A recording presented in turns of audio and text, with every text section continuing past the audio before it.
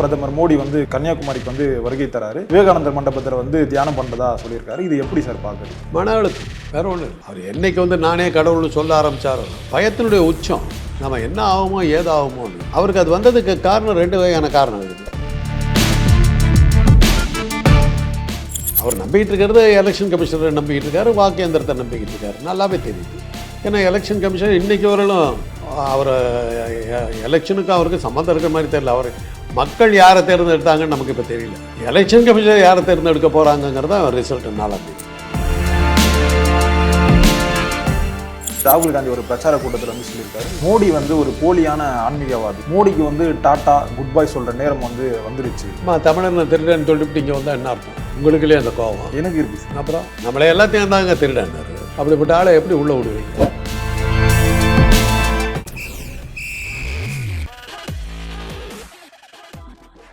Sir, இப்போ இந்தியாவில் வந்து 7 கட்டமாக தேர்தலுக்கு வந்து நடந்தது சார். இப்போ 6 கட்ட தேர்தல் வந்து முடிந்தது. ஜூன் 1ஆம் தேதி வந்து 7ஆம் கட்ட தேர்தல் வந்து நடக்க இருக்குது சார். இந்த நேரத்தில் வந்து பிரதமர் மோடி வந்து கன்னியாகுமரிக்கு வந்து வருகை தராரு. விவேகானந்தர் மண்டபத்தில் வந்து தியானம் பண்ணுறதா சொல்லியிருக்காரு. இது எப்படி சார் பார்க்குறீங்க? மன அழுத்தம் வேற ஒன்றும் இல்லை.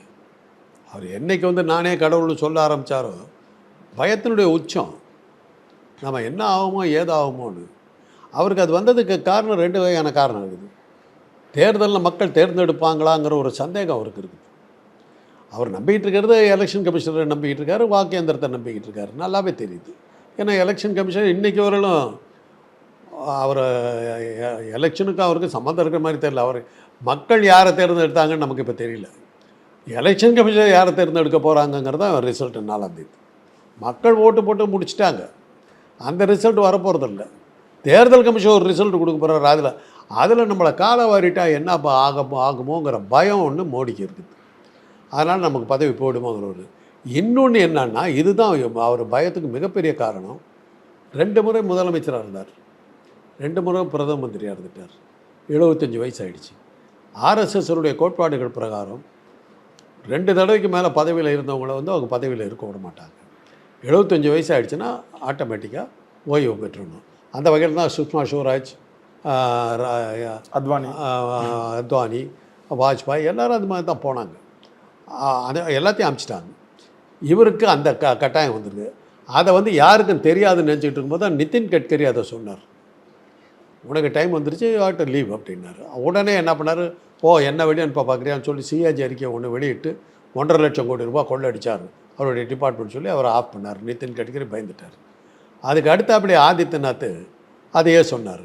அங்கே ஒரு பை எலெக்ஷனை நடத்தி பயங்கரமான முறையில் தோக்கடிச்சு ஜாக்கிரதைன்னார். இது 2 நடந்த உடனே அமித்ஷா அதை ஜாக்கிரதை ஆகிட்டார். இது எதா பண்ணோம்னா நம்மளை எதா போயிடுவான்னு சொல்லிட்டு அந்த மாதிரி ஒரு ரூலே இல்லை, மோடி தான் தொடர்ந்து இருப்பார்னு தான் காப்பாற்றிக்கிட்டார். கெஜ்ரிவாலுக்கு தெரியும். ஏன்னா கெஜ்ரிவால் ஒரு காலத்தில் ஆர்எஸ்எஸ்ஸாக இருந்தவர். மோடியை வந்து பிரதம மந்திரி ஆக்கிறதுக்கு அவர் தான் முதல்ல ஆரம்பத்தை புள்ளி வச்சதே அவர் தான். அவரும் அண்ணா சாராயும் தான் மோடியை வந்து பிரதமராக ப்ரமோட் பண்ணதே அவங்க தான். அவருக்கு தான் தெரியும் அந்த ரூல். அவரே அதை சொன்ன உடனே தான் அவருக்கு அந்த பயம் வந்துருச்சு. இந்த பய அழுத்தத்தின் காரணமாக தான் போன தேர்தலில் என்ன ஆகுமோங்கிற ஒரு பயத்தில் தான் கேதார்நாத்தில் போய் உட்காந்தார். அதான் சார், இப்போ கடந்த முறை வந்து கேதார்நாத் போயிருக்காரு. இப்போ இந்த முறை வந்து மன அழுத்தத்தை குறைச்சிக்கிறதுக்காக ஒரு சாதாரணமாக விஷயமா பார்க்கலாமே சார்? இதை சாதாரண விஷயமா இல்லை. அங்கே கேதார்நாத் மாதிரி பாருங்க, ஒரு உயர்ந்த இடத்துக்கு போய் உட்காந்துடுறாரு. அங்கே யாருமே பார்க்க முடியாது. ஒரு குகைக்குள்ளார். ஆனால் குகைன்னா அது மாதிரி இருக்கணும், கொடுத்து வச்சுருக்கணும். ஏர் கண்டிஷன் பண்ணி சகல டிவி கேவி எல்லாம் வச்சு ஒரு குகை. அந்த மாதிரி ஒரு குகையை மோடிக்காகவே உருவாக்கப்பட்டது. அதே மாதிரி இங்கேயும் ரெடி பண்ணுவாங்க. இங்கே என்ன இல்லை, உங்களுக்கு விவேகானந்தர் போய் பார்த்தது இல்லையா நீங்கள்? விவேகானந்தர் நான் பார்த்தது இல்லை சார். போய் பாருங்கள், மாளிகை மாதிரி இருக்கும், பிரமாதமாக இருக்கும். அங்கே போனீங்கன்னாக்கா சுற்றி. ஆனால் உங்களை அறியாமல் ஒரு மாதிரி ஒரு மனசில் ஒரு நிம்மதி அது இருக்கும். அது அந்த மண்டபம் அவ்வளோ பெருசு. அதில் பெரிய ஒரு 20 அடி உயரத்துக்கு விவேகானந்தர் சிலை வச்சுருக்காங்க. பெரிய ஹாலு, முழுக்க பளிங்கு கற்கள் எல்லாம் போட்டு இருக்காங்க. அந்த கடல் அலை மாற்ற அந்த சத்தம் தான் கேட்குது, உசுன்னு கேட்குது. அதில் அப்படியே உட்காந்துருக்கும்போது நம்ம அறியாமல் ஒரு நிம்மதி ஒன்று கிடைக்குது. ஆனால் அது போகிறதுக்கு அந்த படகுல போகணும். இவர் ஹெலிகாப்டரில் போய் இறங்கிடுவார். அந்த படகுல போகும்போது படகுல தான் சார் போகிறாரு. அந்த மோட்டர் போட்டில் போகும்போது இப்படி போகும், உயிரை கையில் பிடிச்சிட்டு போகணும். ஆனால் அது ஒரு த்ரில்லிங் எக்ஸ்பீரியன்ஸ். அதுக்கப்புறம் அங்கே போனதுக்கப்புறம் அது நல்லாயிருக்கும். அந்த படிக்கட்டில் நான் ஏற்படுறதுக்கு அது நல்லாயிருக்கும்.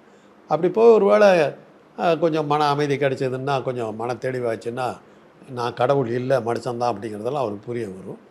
அப்படி வந்ததுன்னா நல்லாயிருக்கும். ஸோ இப்போ நேற்று தினம் வந்து ராகுல் காந்தி ஒரு பிரச்சார கூட்டத்தில் வந்து சொல்லியிருக்காரு, மோடி வந்து ஒரு போலியான ஆன்மீகவாதி அப்படின்னு சொல்லியிருக்காரு. மோடிக்கு வந்து டாட்டா குட் பை சொல்கிற நேரம் வந்து வந்துருச்சு. இவ்வளோ நாள் அமைதி அந்த காங்கிரஸ் வந்து ரொம்பவே அட்டாக் பண்ணி பேசுகிறாங்களோன்னு தோணுது. தமிழக காங்கிரஸும் அதுக்கு ஈடு கொடுத்து பேசிகிட்டு இருக்காங்க. தேர்தல் ஆணையத்தில் வந்து கடிதம் கொடுப்போன்ற அளவுக்கு சொல்லியிருக்காங்க. மோடி வந்து கன்னியாகுமரி வரக்கூடாதுன்னு சொல்லியிருக்காங்க. தமிழன் திருடன்னு சொல்லிவிட்டு இங்கே வந்தால் என்ன அர்த்தம்? உங்களுக்குள்ளே அந்த கோபம் எனக்கு இருக்குது சார். அப்புறம் நம்மளை எல்லாத்தையும் தாங்க திருடன்னாரு. அப்படிப்பட்ட ஆளை எப்படி உள்ளே விடுவீங்க? யாராக இருந்தா என்ன? நேரு ஒரு தடவை பார்லிமெண்ட்டில் வந்து என்ன சொன்னார்னா, பேசிக்கிட்டு இருக்கும்போது தமிழ்நாட்டில் இந்த பாலிசியை பற்றி இப்படி சொல்கிறாங்கன்னு போது, வாட் நான்சென்ஸ் தே ஆர் டாக்கிங்னார். அவ்வளோதான் அவர் சொன்னது. வாட் நான்சென்ஸ் தே ஆர் டாக்கிங்னார். விமர்சனம் தான் பண்ணார். தமிழர்களை நான்சென்ஸ்ன்னு சொல்லிட்டாருன்ட்டாங்க. திமுக ஒரு பெரிய போராட்டம் ஒன்று நடத்துச்சு. மதியழகு மண்டையெல்லாம் உடஞ்சி சாகிற அளவுக்கெல்லாம் போய் கண்ணதாசன் உயிருக்கு போராடுற அளவுக்கெல்லாம் அந்த போராட்டம் நடந்தது. நேரு கருப்பு கொடி காட்டினது. அந்த போராட்டத்தில் தான் எம்ஜிஆர் தன்னுடைய வாழ்நாளில் ஒரே ஒரு தடவை தான் ஜெயிலுக்கு போனார். அந்த போராட்டத்தின் போது தான் முன்னெச்சரிக்கை நடவடிக்கையாக கைது பண்ணாங்க.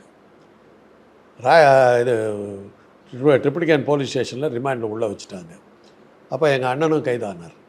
ராஜாராம், எம்ஜிஆர், ராஜாராம், எஸ்.எஸ். ராஜேந்திரன் 3 பேரும் ஒரே ரிமாண்டில் இருந்தாங்க. அதில் தான் எங்கள் அண்ணன் மேலே அவருக்கு ரொம்ப பிரியம். ஒரே நாள் தான் அவர் இருந்தார். இன்றைக்கி காலையில் கைது பண்ணிட்டாங்க, மறுநாள் காலையில் விட்டுட்டாங்க. அந்த ஒரு நாள் அவர் பட்ட அவஸ்தையை வந்து எங்கள் அண்ணன் சொல்லுவார். அதை ஒரு டிவியில் சொன்னபோது பக்கத்தில் ஒருத்தர் அதுக்கு என்ன ஆதாரம்னு கேட்டார். அங்கே இருக்கிற ஜெயிலரும் எங்கள் அண்ணன் எம்ஜிஆர் தான், யாருமே உயிரோடு இல்லைன்னு. அப்போ நீ சொல்கிறதுக்கு என்ன ஆதாரம்னாரு. இதுவரை நீ என்னென்னமோ டிவியில் சொல்லிட்டு இருந்தீங்க, அதுக்கெல்லாம் என்ன ஆதாரமோ அதே ஆதாரம் தான். பேப்பர் படித்து தான் நீ சொன்னேன், எங்கள் அண்ணன் என்கிட்ட சொன்னதை நான் சொல்கிறேன். இதுக்கு ஆதாரம் என்னன்னாக்கா போய் சுடுகாட்டில் போய் அவரை நாங்கள் எரிக்கிற வழக்கம் பாடி கூட இருக்காது, புதைக்கிறதா இருந்தால் கூட எலும்புகளும் கிடைக்கும், அது எரிக்கிற வழக்கம் கிடையாதுன்னு. இதுக்கெல்லாம் ஆதாரம் என்ன? அதான் அவர் ஜெயிலில் இருந்ததுக்கு ஒரே இது. அவருடைய வாழ்க்கை வரலாறு அவர் எழுதியிருக்கார். நான் என் பிறந்தேன்ல இதெல்லாம் எழுதியிருக்கார். அவர் எப்படியெல்லாம் அவஸ்தைப்பட்டு நடுக்க இதெல்லாம் அவருக்கு போலீஸை கண்டாவே அவருக்கு ரொம்ப பயம். அதாவது இது என்னன்னா, நேரு வந்து வாட் நான்சென்ஸ் தே ஆர் டாக்கிங்னார். அவர் பேசுவது வந்து அர்த்தம் இல்லாததுங்கிறது தான் அவர் சொன்னது. தமிழர்களை நான்சென்ஸ் சொல்லிட்டு பெரிய பிரச்சனையாக்கி தமிழ்நாடு முழுக்க பெரிய கலவரம் உண்டாச்சு. இன்றைக்கி திருடன்னு சொல்லிவிட்டு ஒரு ஆள் வர்றாரு, அமைதியாக கேட்டுட்ருக்கீங்க, என்ன சார் வர்றாரு அப்படின்னு இருக்கிறீங்க. அதே மாதிரி காங்கிரஸ்காரர் மாத்திரம் போராட்டம் பண்ணுறாங்க. இப்போ அவருக்கு அவங்கள தவிர வேறு யாருக்கும் சொரணம் இருக்கிற மாதிரி தெரியல. தமிழனை வந்து யாரை வேணாலும் என்ன வேணாலும் சொல்லலாம், கேட்டுக்கிட்டு சும்மா இருப்பானுங்க, சோத்தால் அடித்த பிண்டங்கள்னு அவர் சொன்னார். கேட்டுக்கிட்டு நம்ம இருக்கிறோம். இப்போ அவங்க கட்சிக்காரர்களே அமைதியாக இருக்காங்களே. அவங்க கட்சிங்கிறது அது ஒரு கட்சி, அது பொழைக்க வந்த கூட்டம். அண்ணாமலை இதுக்கு என்ன பதில் சொல்லுவார்? ஆனால் ஜெயலலிதா ஊழல்வாதின்னு சொன்னார். இப்போ இந்த ஆள் உங்கள் தலைவன் வந்து எல்லாத்தையும் திருடன்னு சொல்லிக்கிறாரு. ஆனால் அவர் தமிழன் இல்லை அண்ணாமலை பொறுத்தவரை. அவர் நான் கன்னடிகான்ட்டார். ஆனால் அவர்கிட்ட கேட்க முடியாது, வேறு யாருக்கிட்ட கேட்கணும். அதில் தமிழர்களாக இருக்காங்க, தமிழிசை சவுந்தரராஜனை கேட்கலாம். ஏன்னா பேரில் தமிழிசைன்னு இருக்குது, அவங்கள கேட்கலாம். கொஞ்சம் உணர்ச்சி உள்ள தமிழிசை. சரி, மற்றவங்களாம் இது.